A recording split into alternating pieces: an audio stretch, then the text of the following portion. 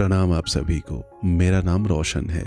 दोस्तों, आज मैं आपके लिए लेकर आया हूँ कथा सम्राट मुंशी प्रेमचंद जी की लिखी एक बेहद लोकप्रिय कहानी जिसका शीर्षक है नेऊर।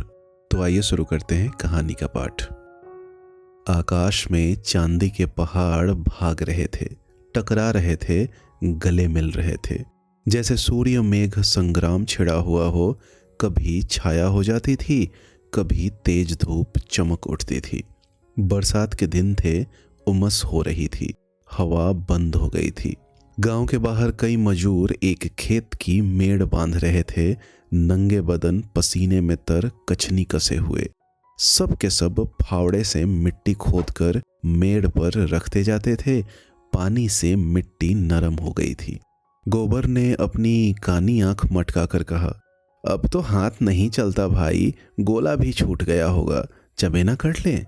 नेऊर ने हंसकर कहा, यह मेड़ तो पूरी कर लो, फिर चबेना कर लेना, मैं तो तुमसे पहले आया।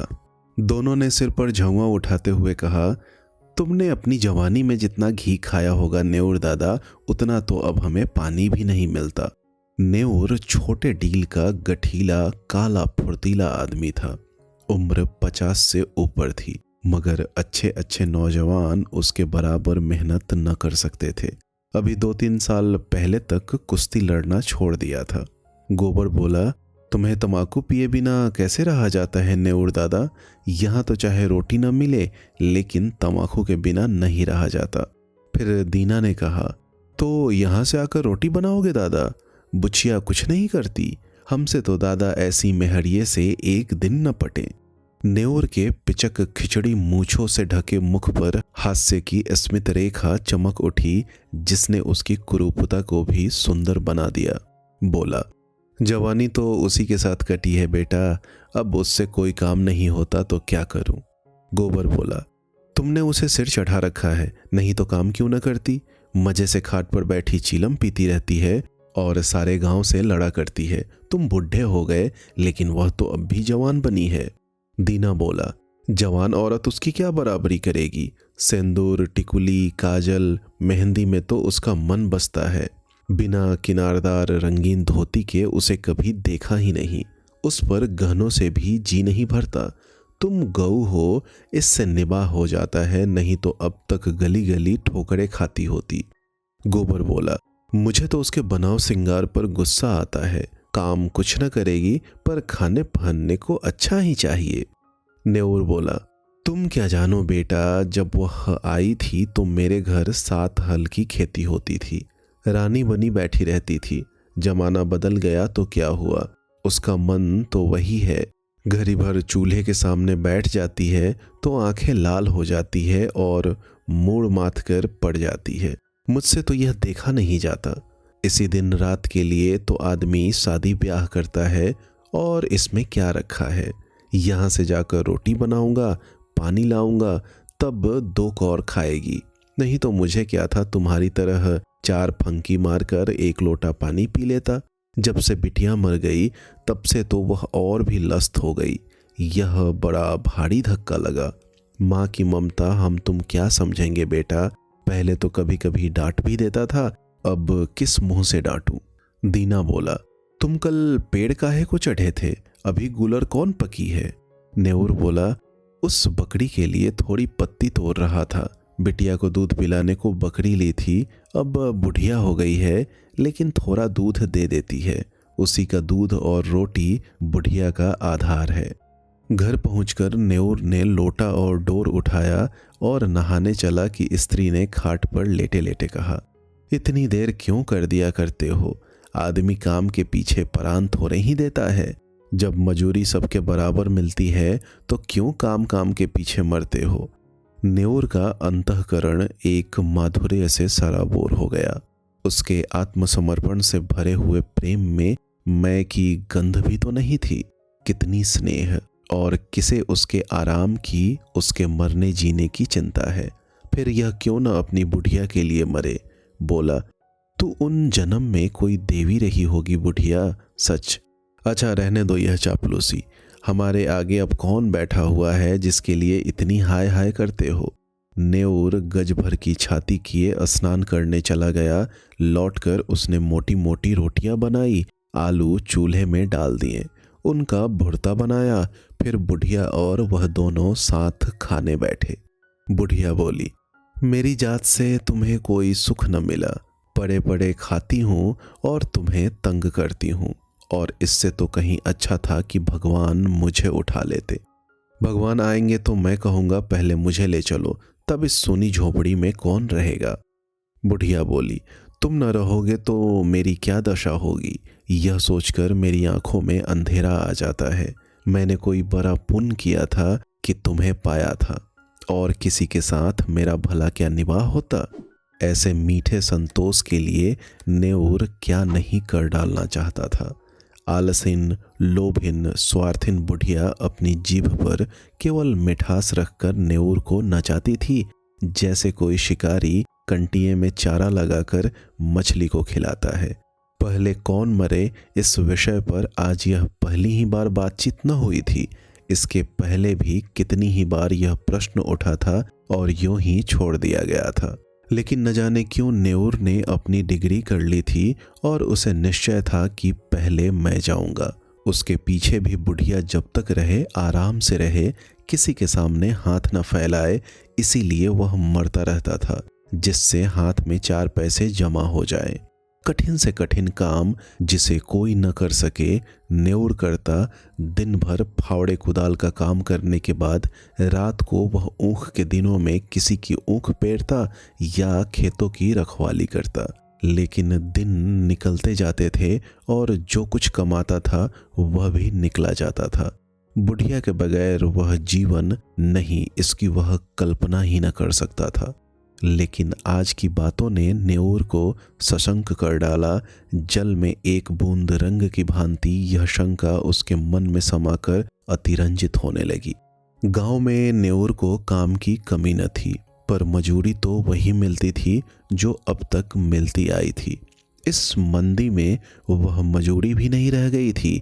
एकाएक गांव में एक साधु कहीं से घूमते फिरते आ निकले और नेऊर के घर के सामने ही पीपल की छांव में उनकी धुनी जल गई। गांव वालों ने अपना धन्य भाग्य समझा। बाबा जी का सेवा सत्कार करने के लिए सभी जमा हो गए। कहीं से लकड़ी आ गई तो कहीं से बिछाने को कंबल, कहीं से आटा दाल। नेऊर के पास क्या था, बाबा जी के लिए भोजन बनाने की सेवा उसने ली। चरस आ गई, दम लगने लगा। 2-3 दिन में ही बाबा जी की कीर्ति फैलने लगी। वह आत्मदर्शी हैं, भूत भविष्य सब बता देते हैं। लोभ तो छू भी नहीं गया, पैसा हाथ से नहीं छूते और भोजन भी क्या करते हैं। 8 पहर में 1-2 बाटियां खा ली, लेकिन मुख दीपक की तरह दमक रहा है। कितनी मीठी बानी है। सरल हृदय नेऊर बाबा जी का सबसे बड़ा भक्त था। उस पर कहीं बाबा जी की दया हो गई तो पारस ही हो जाएगा, सारा दुख दलिद्र मिट जाएगा। भक्तजन एक एक करके चले गए थे। खूब कड़ाके की ठंड पड़ रही थी। केवल नेऊर बैठा बाबा जी के पांव दबा रहा था। बाबा जी ने कहा, बच्चा, संसार माया है, इसमें क्यों फंसे हो। नेऊर ने नतमस्तक होकर कहा, अज्ञानी हूं महाराज, क्या करूं। स्त्री है, उसे किस पर छोड़ूं। तू समझता है तू स्त्री का पालन करता है, और कौन सहारा है उसे बाबा जी। ईश्वर कुछ नहीं है, तू ही सब कुछ है। नेऊर के मन में जैसे ज्ञान उदय हो गया। तू इतना अभिमानी हो गया है, तेरा इतना दिमाग, मजदूरी करते करते जान जाती है और तू समझता है कि मैं ही बुढ़िया का सब कुछ हूं।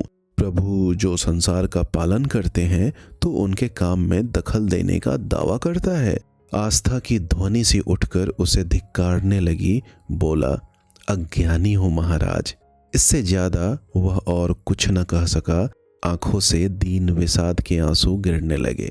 बाबा जी ने तेजस्विता से कहा, देखना चाहता है ईश्वर का चमत्कार।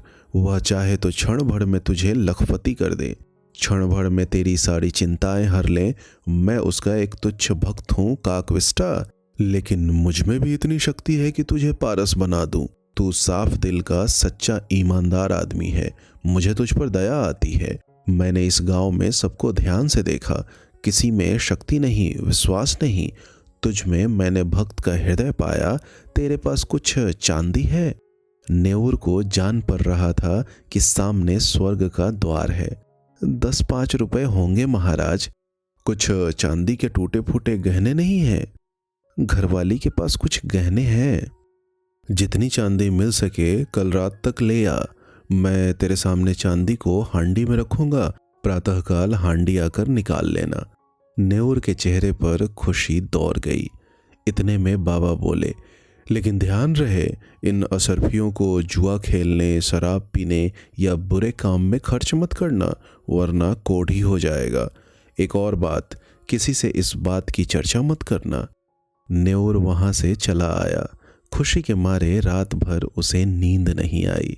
सुबह होते ही वह 2-4 आदमियों के पास उधार मांगने पहुंचा। लोग उसका भरोसा करते थे, इसलिए पैसे दे दिए। नेऊर ने किसी तरह 50 रुपए जोड़ लिए। 25 रुपए उसके पास पहले से थे, लेकिन असल दिक्कत बुढ़िया से चांदी के गहने निकलवाने की थी।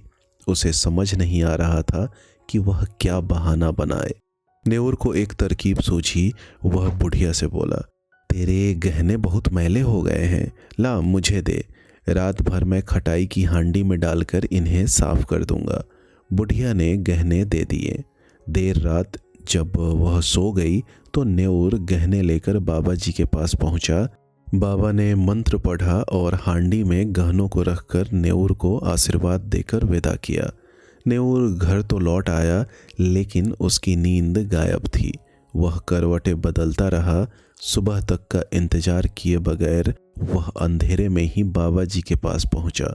वहां पहुंचते ही उसके पैरों तले जमीन खिसक गई। बाबा जी वहां नहीं थे। नेऊर की छाती धक धक करने लगी। वह इधर उधर बाबा को खोजने लगा। हाट तालाब सब जगह देखाया, लेकिन बाबा कहीं नहीं मिले।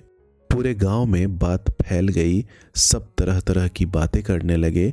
लोगों को लगा कि बाबा जी नेऊर को बड़ा पसंद करते थे, उसे जरूर बताकर गए होंगे।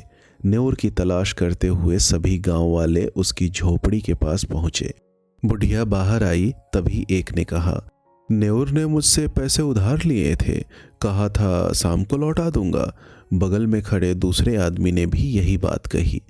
इतने में बुढ़िया रोने लगी और बोली, बीते रोज उसने मेरे सारे गहने मांगे थे, अब पता नहीं कहाँ चला गया। बुढ़िया नेऊर को गालियां देने लगी। अब लोग पूरी कहानी समझ गए। वो जान गए कि बाबा नेऊर को ठग कर फरार हो गया। बेचारा नेऊर सीधा आदमी बाबा के झांसे में फंस गया। अब लाज के मारे सामने नहीं आ रहा है। किसी तरह 3 महीने बीते। झांसी जिले में धसान नदी के किनारे एक छोटा गांव था, काशीपुर। वहां नदी किनारे एक पहाड़ी टीला था। एक साधु कई दिनों से वहां डेरा जमाए बैठा था। नाटा कद, सांवला रंग और गठीले शरीर का आदमी था।